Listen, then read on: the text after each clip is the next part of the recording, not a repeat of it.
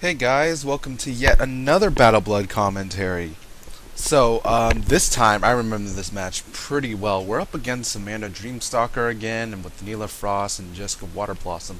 Jessica Waterblossom is one of Tristan's friends, and and here we have Cass Wildheart actually participating in a match against us, and he's, as you saw from the last video, he was pretty much an avid viewer. So we went ahead and started, let's see,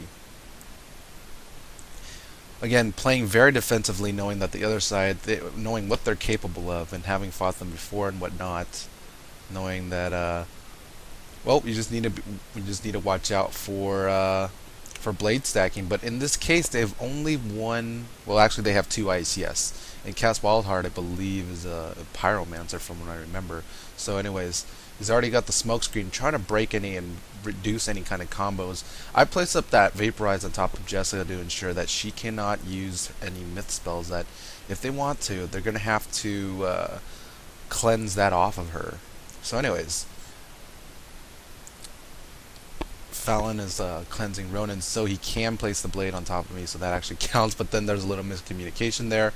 I was going to wand, so that's okay. Amanda Dreamstalker doing a nice job in setting up stun shields for her allies that may not have conviction right away, so they're not surprised off the bat. So anyways, another smoke screen from Cass right here, and so we're thinking, okay, so now we need to build up pits right now, and just basically assume that the smoke screen's going to be coming out all the time, and therefore we need to, excuse me, we need to watch what we're playing, and we need for every card to count as much as possible. And Cassandra not able to play a card right here, or get rid of the entangle off as well. So anyways, here comes the a plague. So much for cleansing the cleansing that off. But now, if Cassandra uses a life card, she can get rid of both the smokescreen and the entangle at the same time. But I don't think she'll be able to do it next round, considering that she will be stunned here. Let's see if Fallon gets stunned.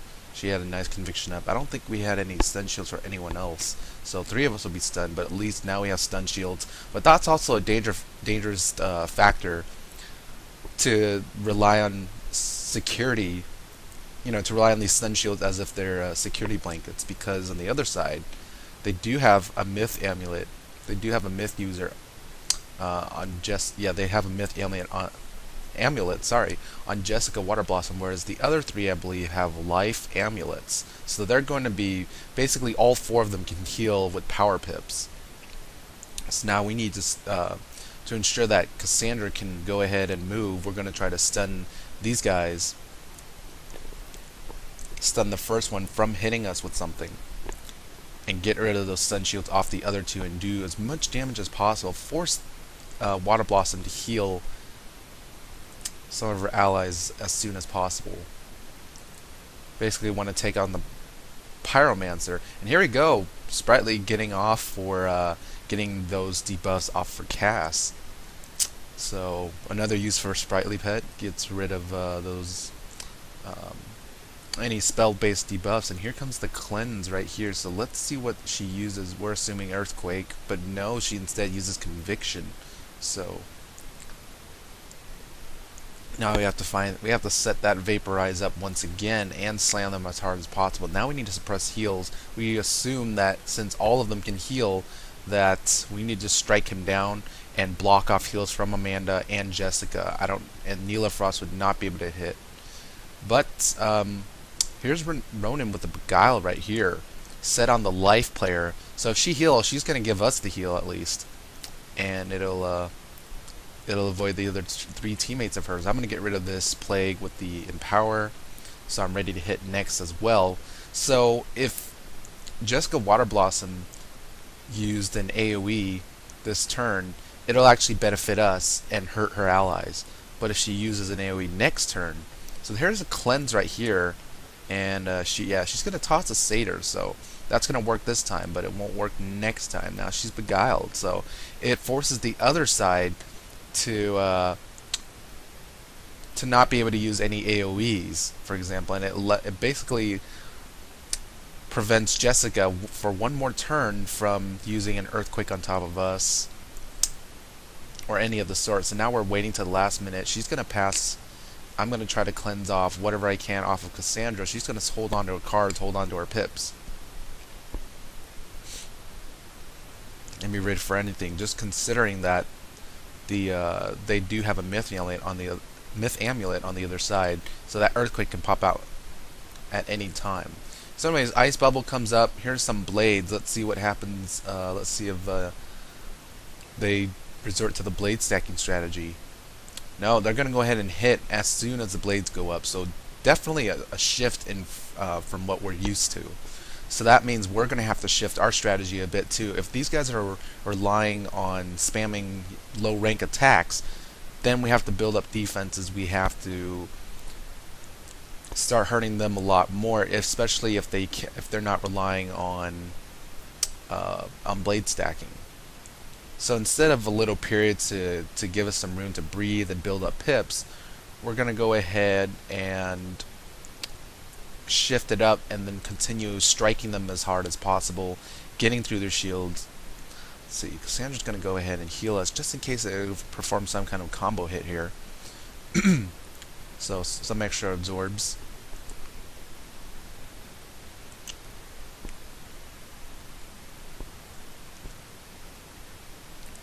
Fallon doing a nice job breaking off the tower with the thunder snake there.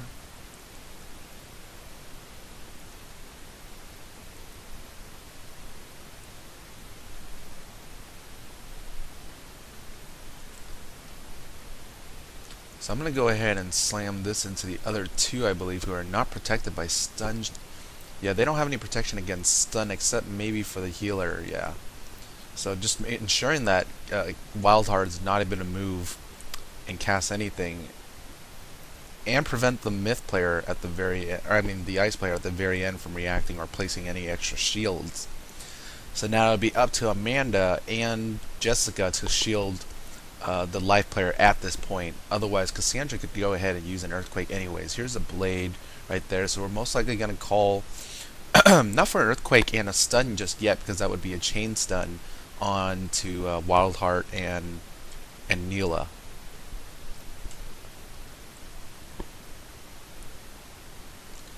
So great job by Jessica right here, reserving enough pips to be ready to rebirth at any time. But notice that her conviction is down to one more counter. So now Ronan's going to try to weaken as best as possible. Cassandra's going to go ahead and set up conviction in case their life player decides to use, for example, an earthquake to get rid of our shields, get rid of our buffs and whatnot. But we're going to go ahead and slam this into them, weakening any attempts to hit us, and basically send these guys on a more defensive route, knowing that they've lost some health points. So now they need to worry about healing and or shielding once again as Fallon builds up her pips. You never want a storm to fully build up their pips very slowly and whatnot, because if you're getting hit twice, especially by a Stormlord, I mean, it's just very hard to recover from. If a Doom and Gloom is up,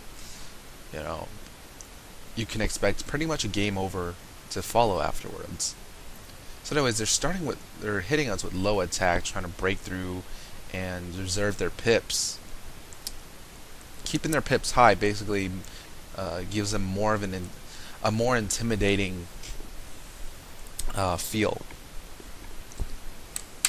So, for example, if the light player has a lot of pips, we have to consider that we cannot just throw out small combos, because she'll be able to see that in between turns and heal all of that off. So now we have to worry about one hit comboing, or not one hit combo, but one turn combo to knock out one player. Perhaps they won't be able to see that ahead of time, and you know, that'll force the light player to actually have to focus. Therefore, she won't be shielding, she won't be blading, she won't be using the earthquake or stuns. She'll be worried about carrying out her role as the healer to revive whoever goes down. So now we know we have to focus on just one target at this point. We're going to continue to use AoE to put a lot of pressure on the life player, of course. But again, the AoEs tend to spark off those spritelys. As you can see on the other side, they have spritelys for each one of their members, as do we. So at any point, if someone attacks, I mean, it'd be kind of redundant unless you knock out that player and take away their sprightly ticks.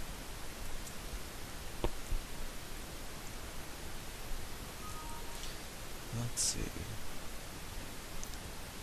So they're putting a lot of heal suppression on top of Cassandra, and good thing we have a backup healer.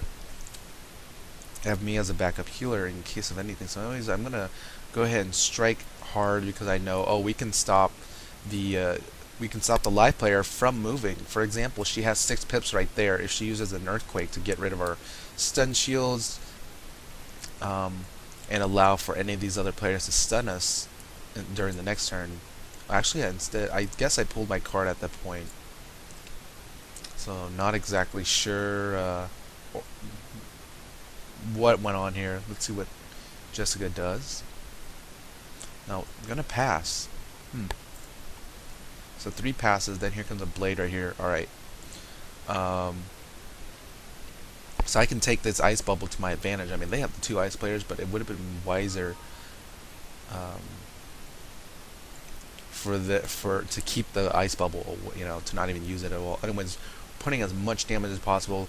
The reason why Ronan changes the bubble early was in case the other side struck, in case Fallon missed. We don't want them hitting hard all together and they would be able to take out Fallon easily. So went ahead and had her hit just in case, just to stun. And I know the ice bubble wouldn't have helped my damage, but that's okay. We don't want the other side, if they're permitted to hit, especially the first one, for them to hit us that hard. We need to be able to recover, especially with Cassandra using the earthquake there. She already threw out 3 power pips to save, to basically give us an open window right here. So whether or not she can heal right away, that's a big question right there. So every move that we make has to count. Every combo has to get through. And here we go. The Stormlord bladed. Gonna go ahead and stun 3 of those players now. Prevent them from moving. So now it looks like the life player is down. Yeah, life player is down to half-life. Wildheart is down to a little over half-life. So now they have 2 players to consider. Their ice bubble is gone now. But yeah, he could have. I think I had made the call actually, and didn't think it straight through. Yeah, we could have kept that bubble up for 1 more round and then change it to a storm just to surprise them. But again, just in case of Fallonitis, wanted to make sure that if they're not stunned, that at least they won't be damaging us that much with 2 ice players.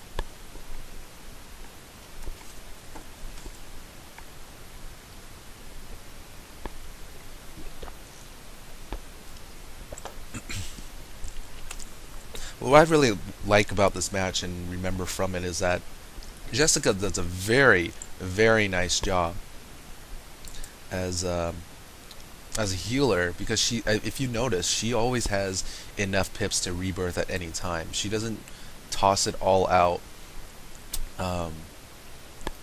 like we're normally accustomed to. I know that Cassandra, the way we play is that every card really counts, right? So sometimes we'll even sacrifice some pips just to pull off an important combo or some strategy. But on the other hand, Jessica knows how to make every pip count, so she can toss out whatever cards she desires, but she'll still be able to. I mean, every card of hers may not count. I mean, it could be an early unicorn, it could be an early rebirth, but at least she has enough pips in case, that turns out to be a mistake. So, not too much of a loss. So, really good style on her right there. So I'm going to go ahead and get rid of this plague as well. And as you can see, we use our plague to block off any potential cleansing. So here's one cleanse, right, on top of the live player. Let's see if Wildheart. Oh, and this lucky Sprightly right there removes that entangle too. So had the Sprightly not activated, then she might have healed into an entangle. Let's see what happens. Yeah, she would have healed into entangle, but if she did heal into the entangle, she's ready for a rebirth next round in case she messes up and doesn't get that heal, and or could use another unicorn. So, really great job in terms of pip conservation and in planning it out. So here's the ice bubble coming up once again. Let's see if we can remove it, but we do have a smoke screen on us at this point. Not to mention some plagues as well. So this is I remember this is one of the hardest matches because they're not playing in a style that we were really accustomed to. They aren't trying to force all of their eggs in one basket. They're actually playing out very slowly, like Perfect Catch normally would. And here we go with a plague block again. Again, they do have plague, yes, but now we're actually preventing, let's see, the live player from using an earthquake of any sort, and or prevent her from dispelling Cassandra. So let's see what she does. It's a lot of sprightly ticks. Just gonna go ahead and play up Conviction. Yeah. So they're expecting, and they're watching Cass's pips very closely. And if she ever has 6 pips or more, they can expect that their stun shields may be taken out, and therefore they need to set up Conviction bubbles to make sure they have that security blanket. Here comes a Frost Giant, I think just for pure damage.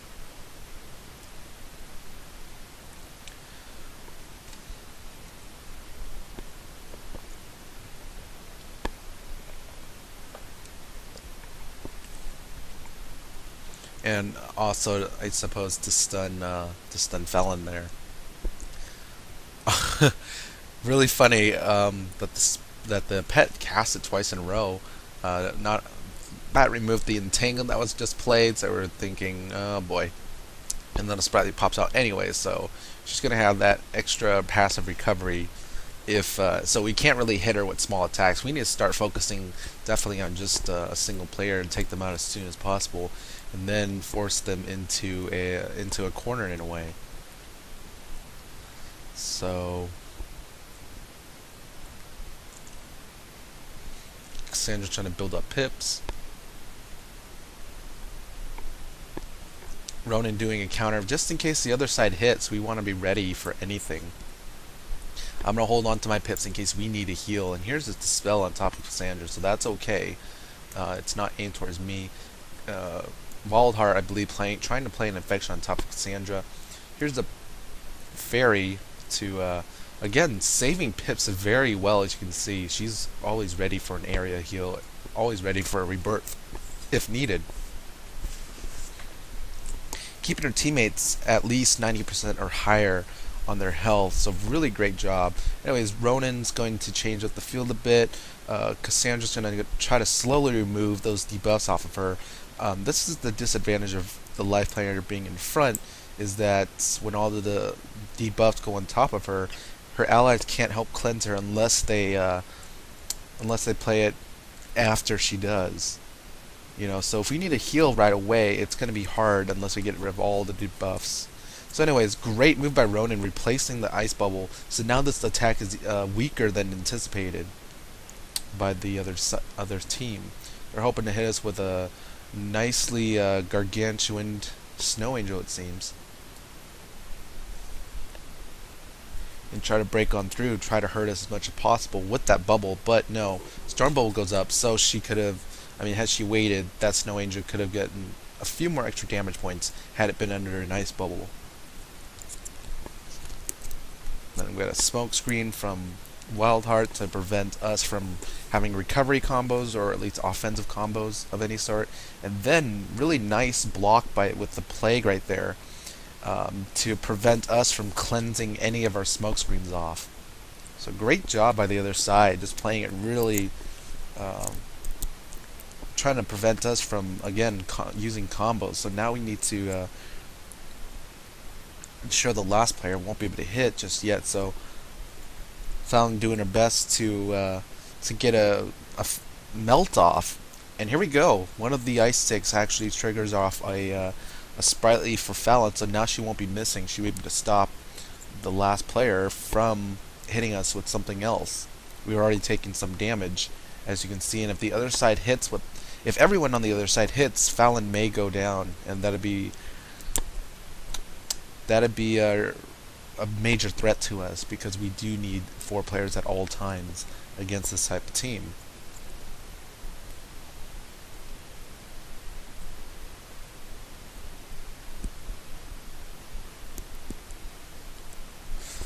Ronan playing another melt, so just in case they cleanse off the first melt, we're going to go ahead and stack on yet another one. We didn't have another block of some sort, like a plague.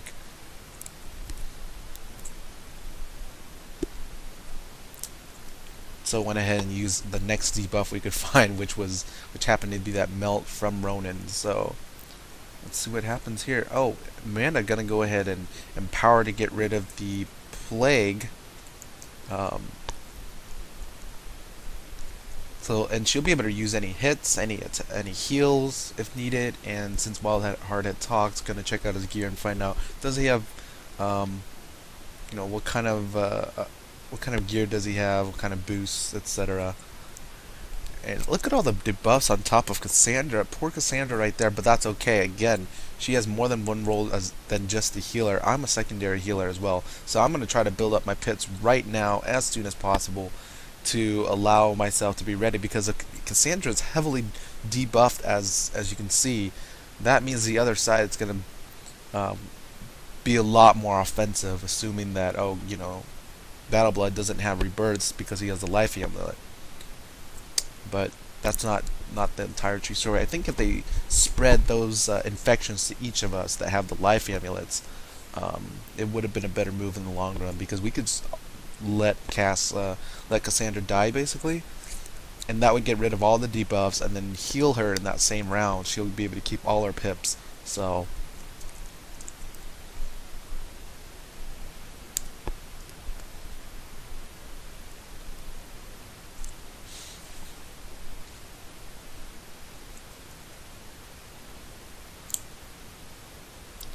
replacing the bubble once again, putting up the ice.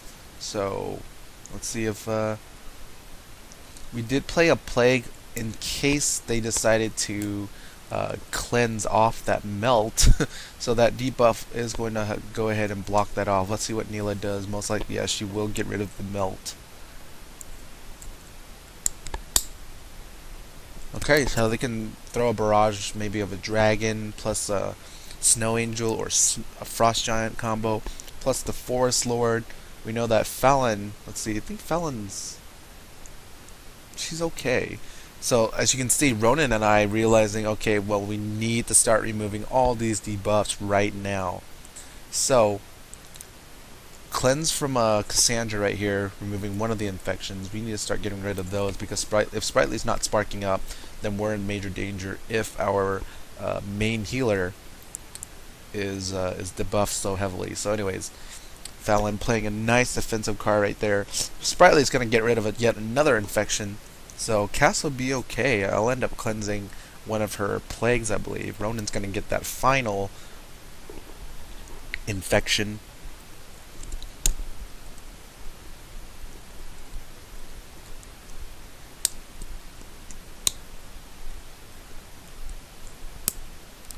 And we're all going to build up at least 1 pip or so. So there you go. This is what I was mentioning earlier, how we're thinking ahead. Like, if we needed the heal as soon as possible, then the cleanses would have been too late. So we had to definitely cleanse as early as possible. And here comes yet another smoke screen to try to break any attempted combo. And here's a plague on top to block that even further. So we're very familiar with that, having played in a lot of PvP parties during the Ravenwood Radio weeks. And so we understand the this style of play, it's not unfamiliar to us, even though two of the other players on the other side tend to be blade stackers, knowing that, oh, Ronan can use a reshuffle. We were actually calling out for card checks. This is about 45 minutes into the game at this point, and Ronan noted that he had the least cards in his deck still. So we're going to start an early reshuffle, start using my white pips, and allow him to find all of his reshuffle so he could do the same for us for just 2 power pips. So anyways, Fallon's going to go ahead and strike and use whatever pips that are on her. Again, if you have full pips, it'd be necessary to use them just so then you can generate damage, just so you can get some cards, basically use some cards up as well, and put those pips to use. For example, if you're holding on to 7 pips the entire game and haven't played 1 card at all, then you've done 0 overall damage, whereas Fallon, if she reaches a full rack of pips and uses a Stormlord there, she can go ahead and use a Stormlord again next turn, and develop and basically put those pips to use. Otherwise, and 2 Stormlords requires 14 pips.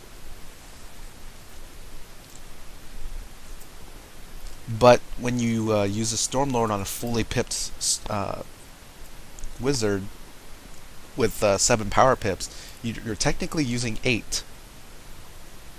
Right? So better to use them as soon as possible. I mean, if you have a white pip somewhere, use those white pip cards. Use those odd numbered cards to try to get rid of it and put it to use. But I won't go into too much detail of that concept. It's a little based on some calculus and limits. So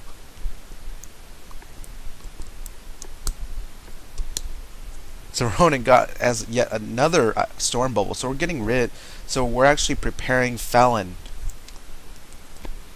for a big hit and whatnot. We're also going to Cass is just tossing out some cards right now, using whatever cleanses she can. I believe we're going to have her hitting as well.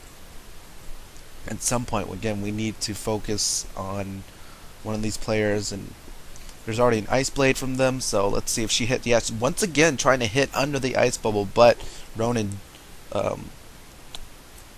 just replacing that and basically saving our team from the extra 30 to 45% extra damage that might have gone into us. So great job by Ronan all through in many of these rounds, actually.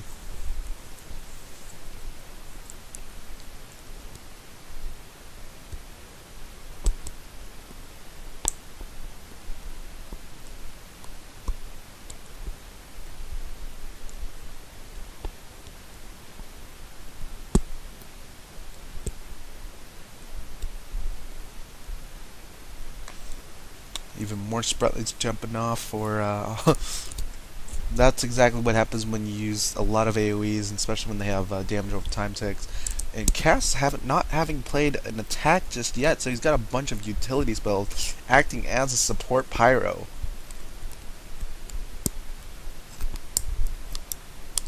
Try to prevent us from pulling off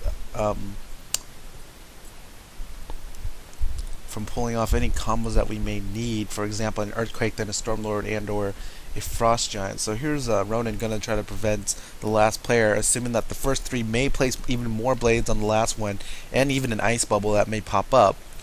That we need to suppress any attacks. Let's see if any of us have played a Plague, for example, or a Smokescreen to try to block off any potential cleansing.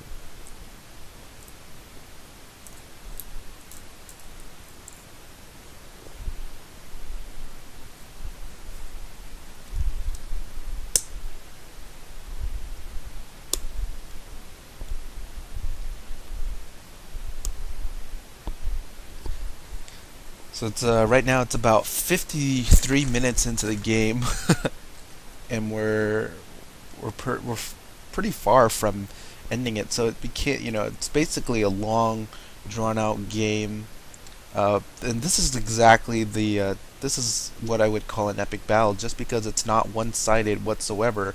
That both sides are playing pretty defensively, but at the same time not turtling we're actually playing. Yeah, they're also playing very offensively. And finally, the first attack from Wildheart, there finally a dragon pops out, and he's gonna start trying to do some damage. So, running out of those smoke cards on his end.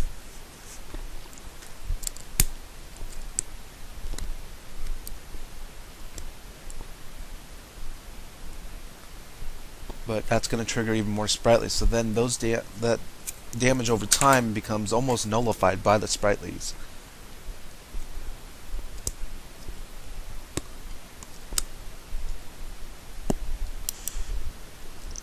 Jessica doing a nice job again using our pips at when they've reached a full capacity. So anyways, none of these players now have any convictions, so any earthquake that Cassandra may be able to play, Fallon will be able to stop them right afterwards. But we don't have that just yet. So now we're trying to buy some time. Ronan's going to try to build up his pips once again so he's ready to Nova. All of us have pretty intimidating pips that if we try for a 4-man hit, then it'll most likely knock out Wildheart and or their healer. Unless, for example, Earthquake is popped out, and then Fallon uses a critical Stormlord.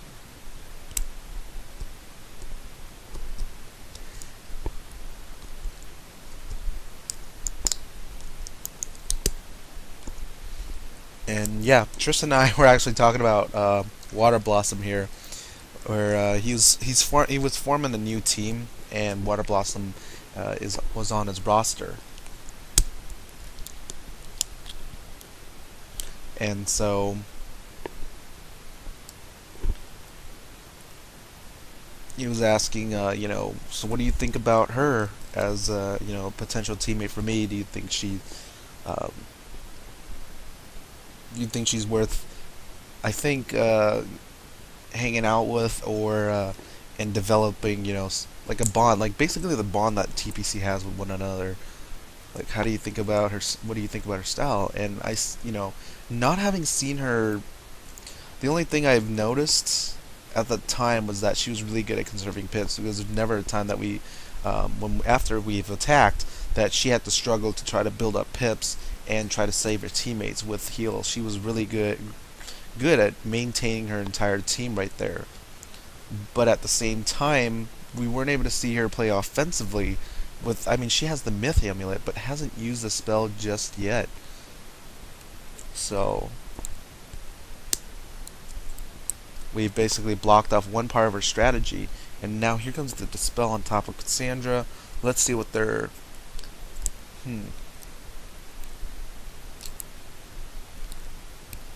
So Fallon's going to slowly get rid of the one tower right there, and get rid of that plague. See what Ronan does. He's going to make sure he can't... And now I have to reshuffle myself, so I'm going to start throwing away my white pips.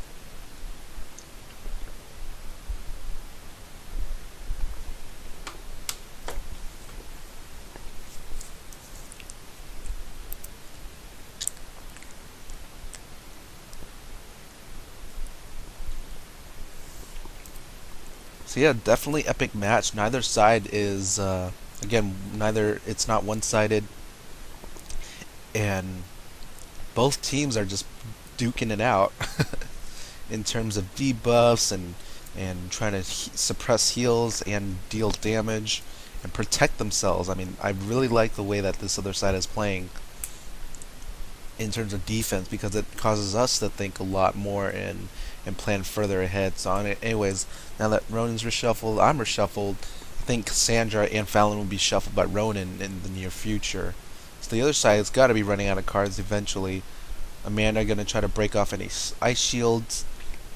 So I'm assuming the last player may try to hit with the Blizzard as well. In fact, they may go for an all AoE combo to try to knock out Fallon. Yeah, they've noticed her health. Let's see if Waterblossom... She's going to play a Plague, so even more debuffs, trying to weaken us overall and prevent us from comboing them to death. Some huge hits coming in for Fallon here, and she still has the Dragon Tick on top of her.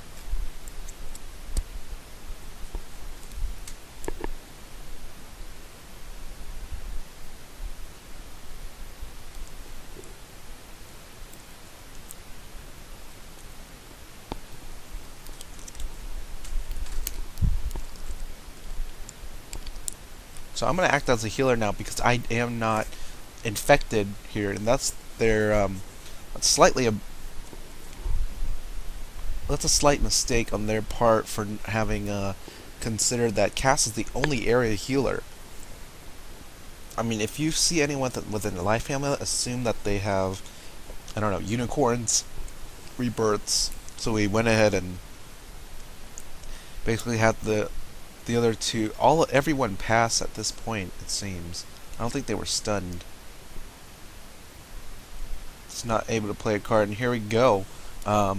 My heal coming out of nowhere, and you know, they've infected Cassandra, but then they failed to remember where I was, and I could probably receive a empowered donate combo the next turn. So here we go. Amanda's gonna reshuffle, so now we're 2-1 in terms of reshuffle advantage.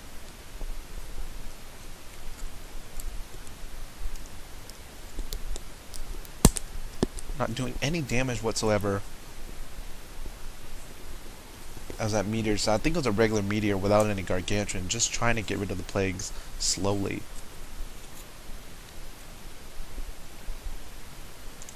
And a blade goes on top of him, so he's still working off those plagues. May kick that off next time. So Fallon's gonna go ahead and remove those debuffs off of her.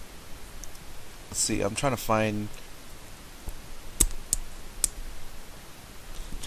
put all my pits to use, knowing that Empower is running low for me.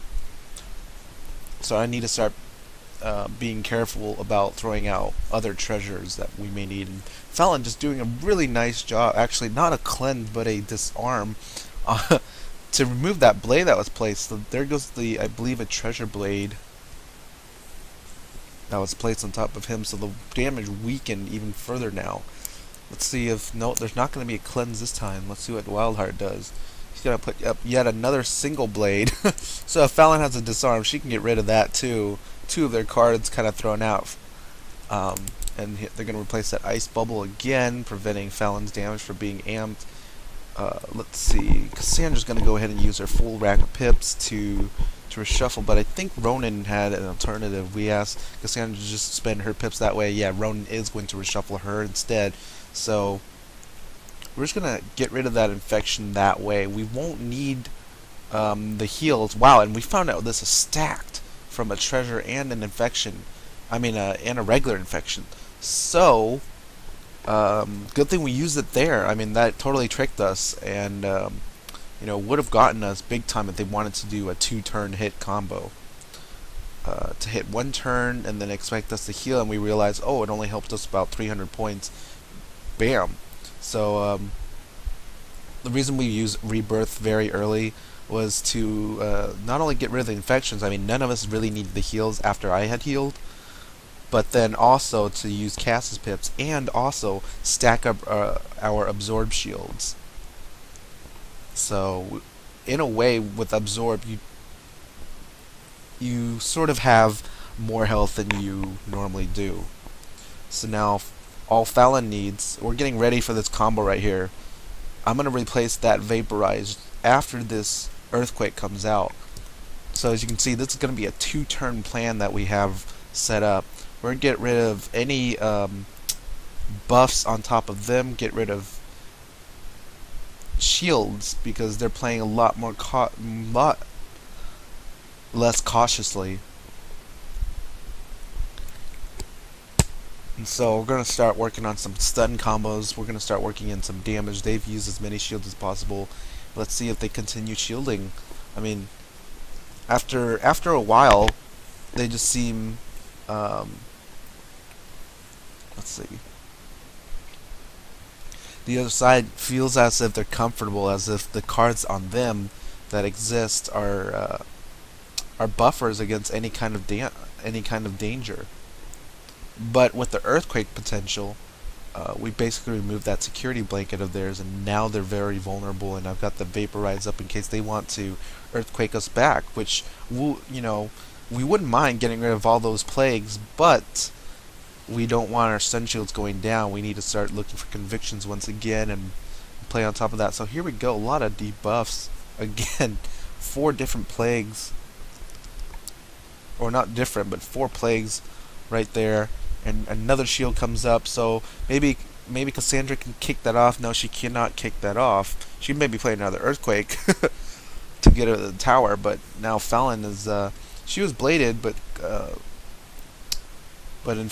plagued once again. So now we're working on some stuns here, as you can see, trying to knock out the unprotected life player and or any of her lower health teammates, specifically Wildheart at this point.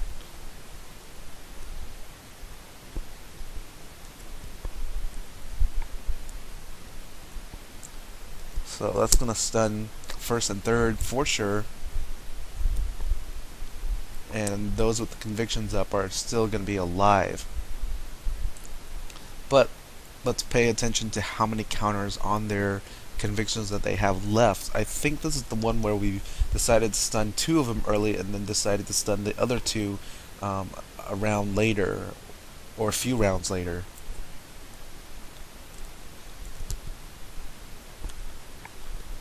Ronan putting up the Nova weaknesses right now and doing some even more damage.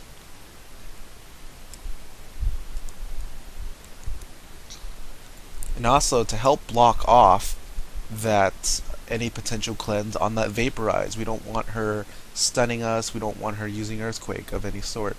So anyways, Wildheart having to fizzle at that point. Fallon would be able to strike once again, this time without a weakness. Ronan may be able to throw out a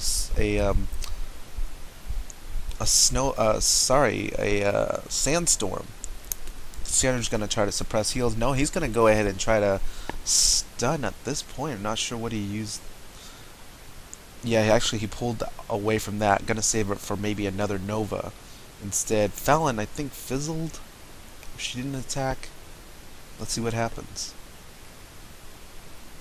Here's the cleanse on top of... Yeah, so here's the cleanse block right here. We don't want her doing an area heal, but she instead passed at that point. They were playing very careful at this. Yep, so Ronan can maybe play... I'm going to get rid of one of my plagues and try to empower. Fallon has yet another chance to hit. And here's the kicker right here. Ronan with the Doom and Gloom. So even if they try to cleanse as many times as possible... we'll be able to stop them, and or if anyone else heals themselves with satyrs, for example, the other 3 players throwing a satyr to their life player or to themselves, then we're going to suppress all of that as well with this Doom and Gloom. So now I want to build up pips, knowing that, hey, if the other side hits, we're going to be in some danger, but not as much danger as they will be.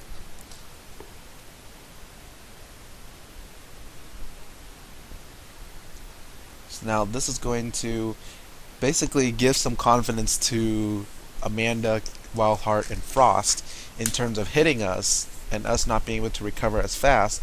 But now Cassandra's going to go ahead and remove stun shields at this point and try to stun as many players as possible. If Fallon misses, Ronan will have that plague set on top, so continue to keep them weak, and also because the earthquake will remove those items.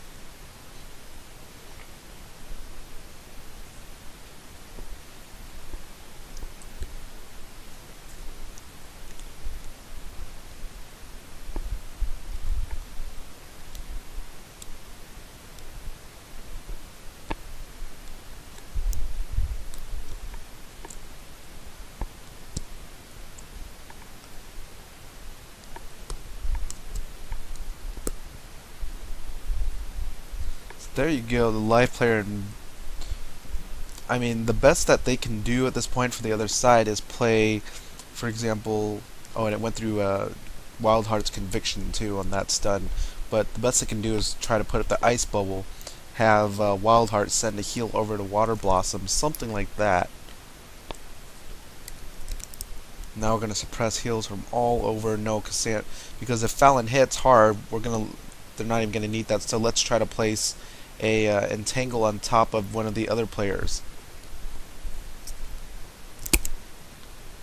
So on the higher resisting player, because I will be hitting with Fallon, so it'll basically, Amanda's the only one in front who can save the pips. of any players that die like that. Whereas if Neela tosses a heal, that's okay. We need to ensure that that the other two ice players, Neela and Amanda, aren't able to save basically Jessica's pips. So here we go. She's gonna try to attack at this point. So I don't know if they expected their life player to die just yet.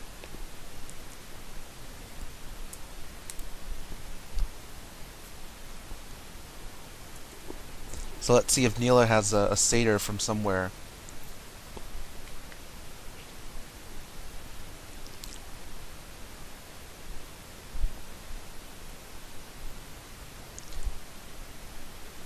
Yep, she is going to try to heal up the life player. So that'll save her pips, but it won't be able to help her spark off that rebirth that they need. So now Amanda needs to worry about playing an ice bubble or cleansing Jessica in case we can stop her heals in any way, shape, or form.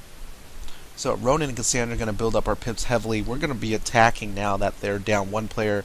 If she attempts to heal, we're going to be ready to strike them hard again. Jessica lost her stun shields due to death, so we'll be ready to immobilize her anytime soon. Fallon just needs to hold on to her pips right now and hope for a power pip next turn.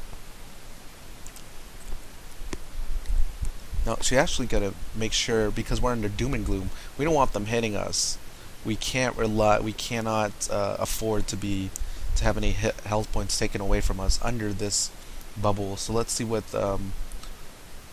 so that'll block off one heal. Let's see what she plays. She's going to play a small unicorn in case she does get entangled. She'll be able to hold on to her pips yet again.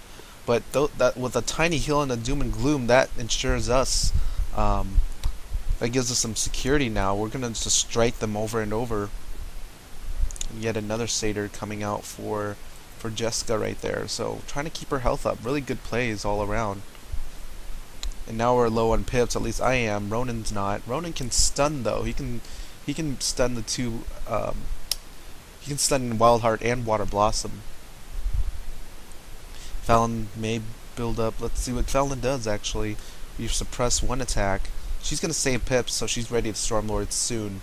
And Ronan's gonna go ahead and stun, prevent Cass from being able to smokescreen us, and/or put any kind of defenses on top of Waterblossom, and prevent Waterblossom from healing Cass any further. So here comes the shield. Neela's ready to hit once again. Let's see if Cassandra has an Earthquake. No, she's going to Chewy instead. So we're going to try to take out as many players as possible and reduce. And look at this, a nice donate, or ronate as in our case, to Fallon to build up her pips once again in case she needs to use a Tempest next round. So we're getting very aggressive, very offensive, especially under this bubble, to ensure that, hey, if they need to get rid of this doom and gloom if they want to consider healing again. Heals are no longer security blankets, or should not be relied on, at least under this bubble. So now we're just going to pack in as much damage as possible, so that every heal that they use is basically a pip. Their pips, the effectiveness of their pips, and the use of it is reduced by half as well. So whereas she could have used 7 pips to bring back about 400 life plus some absorbs, instead she only bring back 200 life with the absorbs, and and that's not really a great deal for using 7 pips.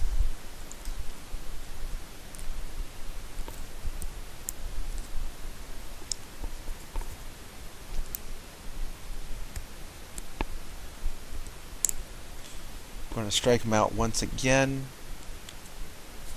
Donate going over the Fallon, so she's ready to use a Tempest next, and I'm going to suppress a heal. Let's see if Amanda is able to play a cleanse, but if she plays an ice bubble, at least it'll prevent Jessica from doing an area heal or a single heal, a mass giant heal.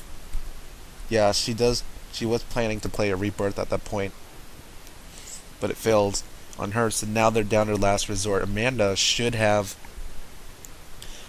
hope that she has some cleanses, but let's see what Fallon does. I think she has a Tempest here. We can knock them out. No, we didn't find any, but we're gonna Stormlord them pretty soon. So here comes a smoke screen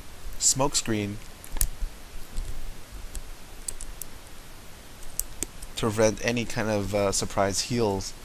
And there you go. She is using her 7 pips just for 500 health back, plus the absorbs.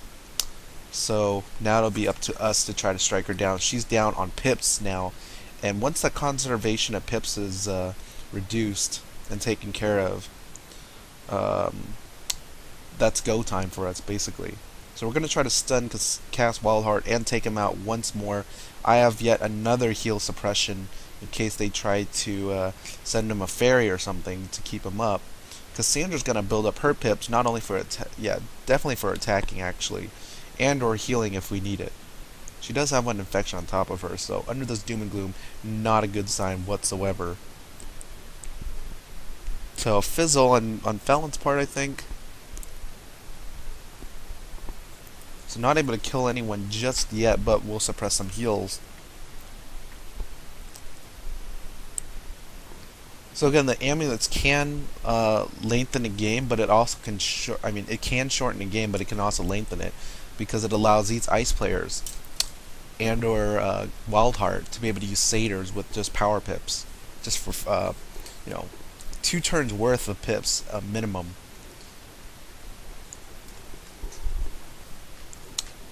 And so they keep up their life player and hold on to their pips so they look intimidating with some kind of ice attack. So here comes the bubble finally, but no heals coming out just yet. Convictions. So good play, playing those still, making sure that, hey, in case we do use Earthquake, they're ready to, in case they get immobilized. Here going to do some damage with the ice bubble up once again finally, and the Sprightly is going to take off that entangle, but it prevents a full recovery Sprightly, and here goes off Cassandra's entangle.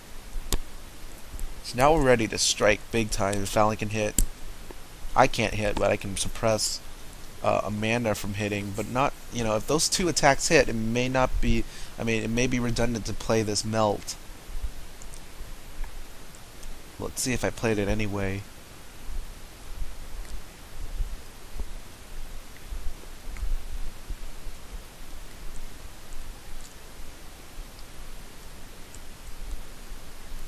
So, second Chewy, I believe, of the game from Cassandra.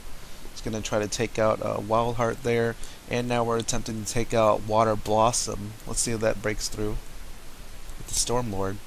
And also take out the last player, definitely, and the first player too.